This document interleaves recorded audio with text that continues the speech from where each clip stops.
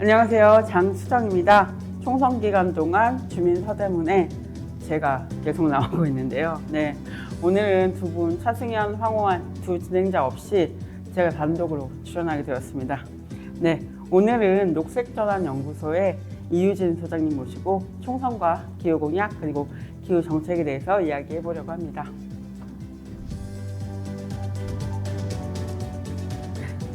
인사하면 되나요? 네, 네. 네, 먼저 인사할까요? 네. 안녕하세요. 서대문 구민 여러분, 애청자 여러분. 저는 녹색전환연구소 소장 이유진입니다. 여러분 뵙게 돼서 반갑습니다. 네, 반갑습니다. 반갑습니다. 와, 서대문 주민이신 걸로 알고 있습니다. 네, 천연동에 살고 있습니다. 아, 천안동에 네. 사시는군요. 네. 네. 네, 서대문 주민으로 또 녹색전환연구소 소장님으로 또 네. 계시는 네. 활동하고 계시는 이유진 네. 소장님 모셨습니다. 네, 지역 방송에 이렇게 참여하게 돼서 영광입니다. 아, 네, 저희도 영광입니다. 네. 네. 네, 그러면 녹색전환연구소라고 설명드렸는데 어떤 일 하는 곳인지도 조금 네. 소개해 주시죠. 이름이 일단 녹색 전환입니다. 제가 오늘 녹색 자켓을 입고 왔습니다. 아, 그러시네요. 녹색 전환은 현재 우리가 살고 있는 지구든 국가든 우리가 살고 있는 지역이든 개인의 삶이든 지금 기후 위기와 환경 파괴를 초래하는 이런 정책과 그리고 이 개발이 계속됐다. 이렇게 가면은 안 된다라는 생각 아래 뭔가 대안적인 정책을 연구하기 위해서 만들어진 연구소입니다. 그래서 저희는 국가 단위의 정책, 그리고 지자체의 정책, 그리고 경제 정책, 그리고 개인의 삶에서 어떤 방식의 녹색 전환이 이루어져야 하는지를 연구하고 그 대안을 찾아서 실제 그런 정책들이 반영되도록 연구를 많이 하고 있습니다. 그래서 지금 저희가 연구했던 것은 녹색전환연구소는 사무실이 서울의 합정동에 있는데요. 서울에 대한 연구만 하지 않고 17개 광역 지자체를 중심으로 기후변화 대응 정책을 연구하기도 하고 그리고 17개 지자체에서 에너지나 건물이나 수송이나 또는 자전거 분야에서 어떤 정책을 펼치면은 녹색 일자리가 많이 늘어날 것인지 이런 정책들도 연구해서 대안을 제시하는 그런 중심으로 연구를 하고 있습니다.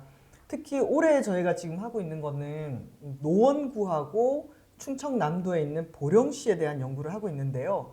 그 노원구는 서울에 있는 25개 구 중에 하나인데 전형적인 도시잖아요. 네. 그래서 인구가 많고 온실가스가 배출된다, 기후위기에 영향을 미친다라고 하면은 주로 건물하고 수송 분야에서 그리고 도시민의 삶의 소비 분야에서 어떻게 변해야지 탄소 중립 사회를 만들 수 있는지 그래서 저희가 지금 노원구의 탄소 중립 계획을 수립하는 연구를 하고 있습니다. 그리고 보령시 같은 경우에는 우리가 기후위기 대응을 위해서 탄소 중립을 한다고 하면은 온실가스를 가장 많이 배출하는 곳을 변화시켜야 되잖아요. 네. 현재 단일 배출원 기준으로 했을 때 우리나라에서 온실가스를 가장 많이 배출하는 분야가 바로 석탄 발전소입니다. 우리가 지금 전기를 쓸 때 우리나라에서도 여전히 30% 가까운 전기가 석탄 발전소에서 생산되고 있는데요. 그래서 2050년까지 우리나라에 있는 60여 개의 석탄 발전소를 폐쇄하는 계획을 단계적으로 갖고 있습니다. 그랬을 때 충남이 우리나라에서 석탄 발전소가 가장 많은 지역이고요. 벌써 보령시 같은 경우에는 이 석탄 발전소가 폐쇄된 지역이기도 합니다. 그리고 폐쇄를 또 앞두고 있고요. 그러면 보령시 같은 경우에 석탄 발전소가 폐쇄되고 난 다음에 그곳에 고용되어 있던 노동자라든지 또는 석탄 발전소가 있으면서 굴러갔던 지역의 경제가 있을 텐데 그런 곳들은 이런 발전소 폐쇄로 인해서 받게 되는 경제적 충격을 어떻게 대비할지 그리고 앞으로 보령시는 어떤 경제를 기반으로 계속해서 꾸려나갈 수 있을지 이런 것들을 지금 현재 연구하고 있습니다. 그래서 올해 녹색전환연구소의 주요 연구 대상지가 보령시와 지금 서울에 있는 노원구를 대상으로 하고 있고요.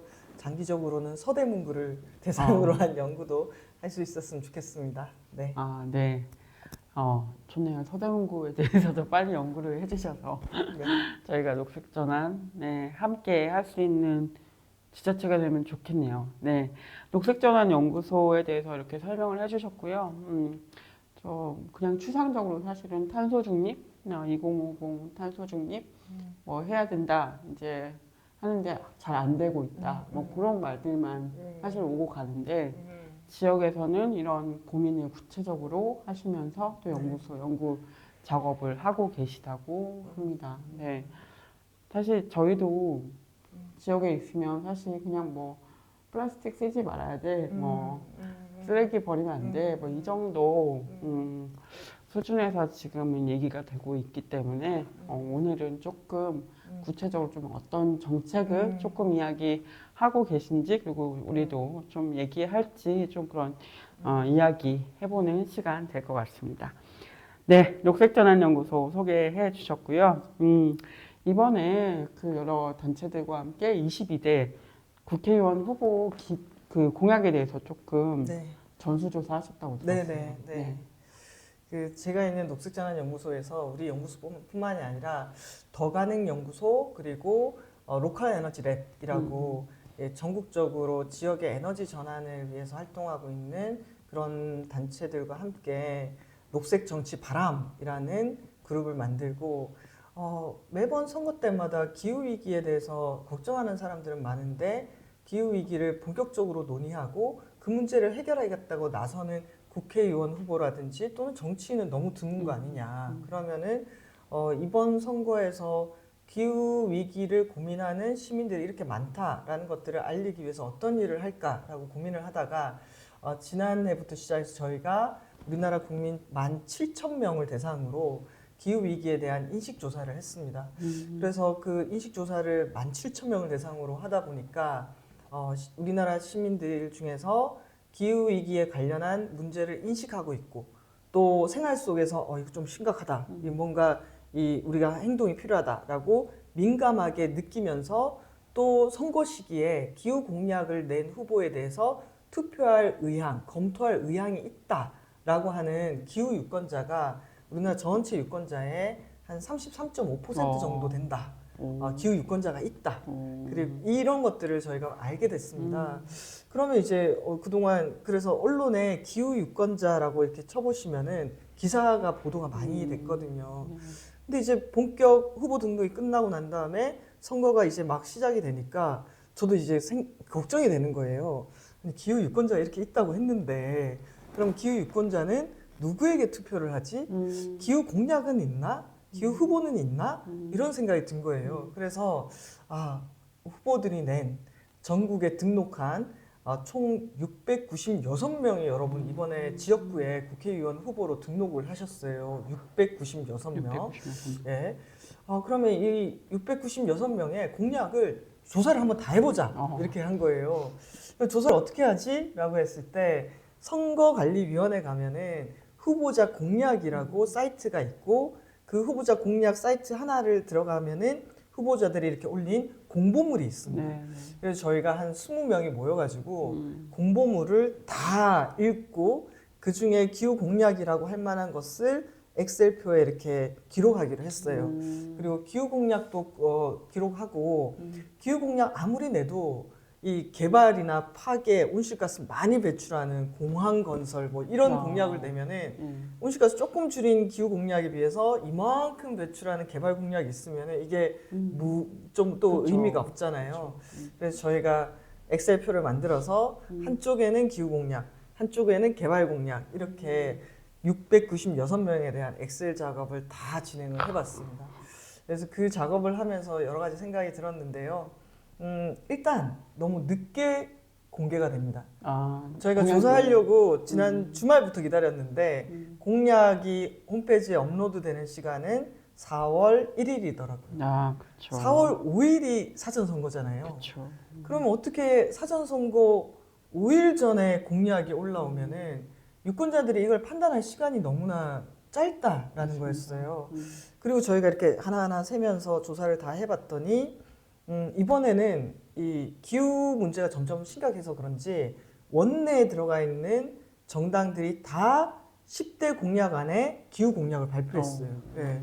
더불어민주당, 국민의힘, 그다음에 뭐 녹색정의당, 개혁신당, 새로운 미래, 조국신당, 뭐 이렇게 혁신당 이렇게 해가지고 전체가 다 이렇게 공약을 기후 공약을 상당히 중요하다라고 10대 공약 안에 냈더라고요. 그러면 지역구 후보들 공약에서도 그런 공약을 많이 찾아볼 수 있는가? 어땠을 것 같아요? 별로 없더라고요. 네, 실제 보니까 별로 없으시죠. 네, 별로 네. 없더라고요. 저희가 실제로 조사를 해봤더니 후보 중에서 이 696명 조사했는데 그 중에 168명, 한 24.1%, 4명 중에 1명이 기후 공약을 했더라고요. 근데 이 기준이 높은 게 아니에요. 저희가 이 기준을 엄청나게 낮췄습니다.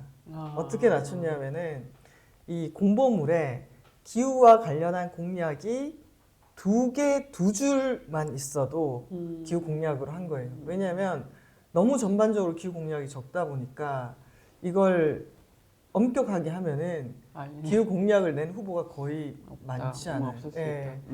그래서 2개 정도의 공약을 2가지 이상 낸 후보를 기후 공약으로 낸 거기 때문에 사실상 24.1%지만 이것도 상당히 과하게 이제 평가를 한 거다.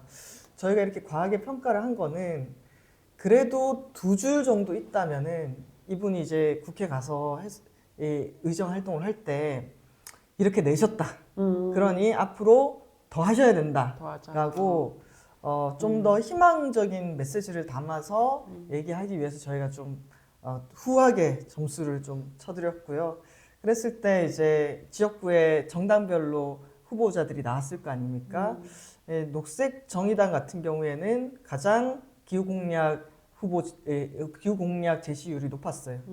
지역구에 17명이 나왔는데 17명이 다 기후 공약을 제시해서 100%. 그다음 진보당이 48% 정도. 그다음 이제 좀 규모 있는 정당으로 치면은 더불어민주당이 39%였어요. 더불어민주당이 245명 중에 95명이 이제 기후 공약을 냈더라고요.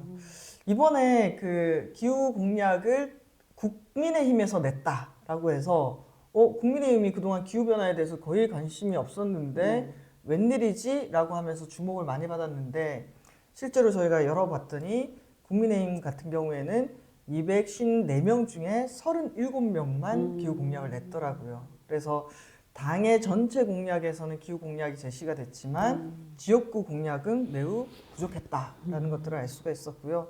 그리고 저희가 좀 보면서 이런 공약도 낼 수 있구나. 주목할 만한 공약이었어요. 그걸 몇 가지 소개시켜 드리면은 서울의 마포구 후보자 한 분이 차 없는 시민을 위한 지원 정책, 관리비부터 공공요금 할인까지. 차가 정말 많잖아요. 네, 그렇죠. 차가 많고 차를 있는 사람들을 위해서 이제 도로를 넓힌다든지 또는 주차장을 만든다든지 이런 정책은 있는데 정작 차를 갖고 있지 않은 사람들을 위해서 지원하는 것들은 드물었다. 그래서 차를 없는 시민들도 지원할 수 있는 정책이 필요하다라는 걸 약간 역발상으로 제안을 했던 것 같고요.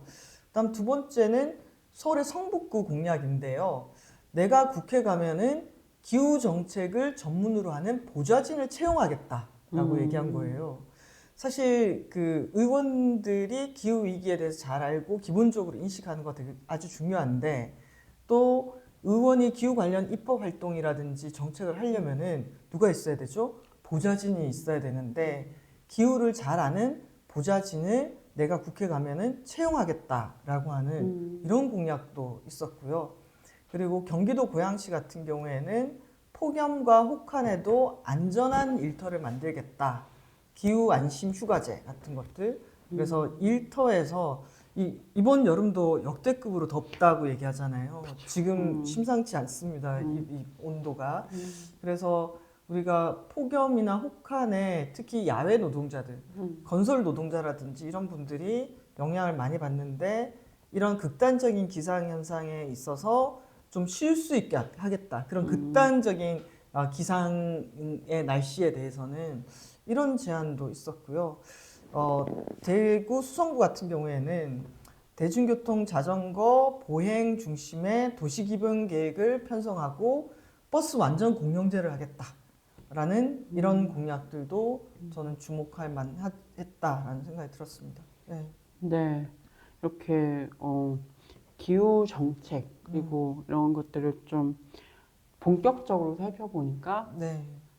생각보다 기대만큼 많이 없었다 이런 음. 말씀도 좀 해주셨고 네. 그에 반해서 조금 주목할 만한 그런 네. 정책들도 또 언급을 해주셨습니다. 네. 근데 또 문제는 이제 방금 제가 기후 공약을 찾고 찾아서 그러니까 공보물을 막 보면서 어떻게든 이걸 기후 공약인 것 같다. 이거는 기후 공약이라는 게 이제 두 가지 측면이 있는데요. 하나는 우리가 이 지구 평균 기온을 올라가는 걸 막으려면은 온실가스 배출량을 줄이기 위한 정책이 필요하죠. 그 온실가스 배출을 줄이기 위해서는 에너지 전환이라든지 산업 부분에서 감축을 요구한다라든지 건물에서 제로 에너지 빌딩이라든지 그린 리모델링 같은 것들을 지원한다라든지 교통에 있어서는 우리가 흔히들 전기차 얘기를 많이 하지만 전기차보다 중요한 것은 공공교통을 확충해서 사람들이 차량을 몰고 다니지 않도록 하는 게 상당히 중요하거든요. 그래서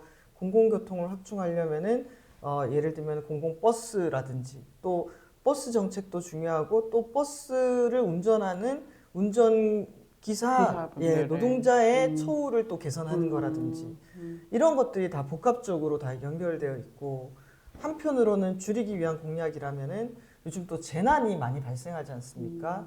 예를 들면은 2022년도에 신림도 반지하 사건처럼 주거 환경의 질을 개선하고 홍수라든지 아까 폭염 한파에도 사람의 건강을 해치기도 하니까 이런 재난에 안전한 사회를 만들기 위한 인프라에 투자하는 거, 구축하는 거 이런 것들이 다 이제 이 정책이라고 할 수가 있거든요. 그래서 저희는 그런 기준으로 기후 공약을 찾아봤더니 2개 이상 낸 후보가 한 25%가 안 되고 그렇게 10대 공약으로 다 넣었는데도 4명 중에 3명은 아예 기후 공약이라고 할 만한 것 자체가 공보물에 없더라라는 게 좀 핵심인 것 같고요. 그런데 또 기후 공약은 이렇게 찾아보기 어려운데 개발 공약은 이렇게 많은 거예요. 네. 맞아요. 그래서 저희가 그것도 숫자로 다 세봤습니다. 전국적으로 도로하고 철도를 지하화하겠다라는 공약이 181명이었습니다. 이게 좀 논쟁적이죠. 이후에도 좀 얘기할 것 같은데 철도와 도로를 다들 지하화하겠다라고 하는 공약을 많이 갖고 있었고 특히 이런 공약들은 서울과 그리고 경기도 그리고 부산 이런 대도시 권역을 중심으로 철도 도로 지하화 공약이 많이 나왔습니다. 그리고 또 주차장을 확대하겠다라는 공약이 342명인데요. 사실 저는 국회의원 선거에서 국회의원들이 하겠다는 게 주차장을 늘리겠습니다. 이건 뭐 공약으로 친다 그러면은 지자체장 공약 정도에 나올 만한 내용인데 이게 국회의원 선거를 뽑는 건지 예를 들면 우리가 구청장을 뽑는 건지 시장을 뽑는 건지 모를 정도로 나온 우리 국회의원 후보의 절반 가까이가 주차장을 만들겠습니다라는 공약으로 들어가 있었다라는 거였고요. 그중에 또 196명이 그린벨트 해제, 상수원 보호구역 규제 완화, 그걸 통해서 고밀도 개발 이렇게 해서 규제를 완화해서 개발하겠다라는 공약이 또 196명 정도입니다. 뭐 어떤 곳은 개발이 필요할 수도 있고 어떤 곳은 재개발 재건축이 필요할 수도 있습니다. 그런데 이 재개발 재건축에 있어서는 기존의 규제를 확 풀어서 라든지 또는 재개발 재건축에 있어서 속도를 지금보다 배로 빠르게 하겠다라든지 이런 좀 당연히 걸리는 시간이나 이런 것들이 좀 있긴 할 텐데 이게 기존의 제도를 넘어서는 이 재개발과 재건축을 그것도 한두 명이 아니라 한 200여 엄청 명이 많으시네. 다 이걸 하겠다라고 하는 게 네네. 이게 우리가 기후위기 얘기하고 탄소 중립 시대라고 얘기하면서 국회의원들의 공약이 이렇게 가도 될까라고 네. 하는 게 좀 우려되는 부분이었습니다. 네. 네, 그렇습니다. 좀 정책에 대해서 조금 여러 측면에 대해서 좀 이야기를 해주셨고요. 조금 더 구체적으로는 잠시 후에 더 이야기를 해보도록 하겠습니다. 그러면 신청곡 듣고 와서 이야기 이어가도록 할게요. 첫 번째 신청곡은 어떤 곡 해주셨죠? 더 늦기 전에. 더 네. 늦기 전에. 저 혹시 30년 전에 1992년도에 네. 그때 당시에 엄청난 스타들이 다 모여가지고 맞아요. 환경 콘서트를 했습니다. 네. 그때 신해철 씨가 직접 곡을 만들고 그때 당시에 서태지와 아이들부터 시작해서 맞아요. 유수의 가수들이 다 모여가지고 환경 콘서트를 열었고 첫 해 엄청나게 성공을 하다가 한 95년도 정도까지 이어지고 이제 멈춰졌는데요. 제가 오늘 이 노래를 선곡한 이유가 그로부터 벌써 30년이 지났어요. 30년.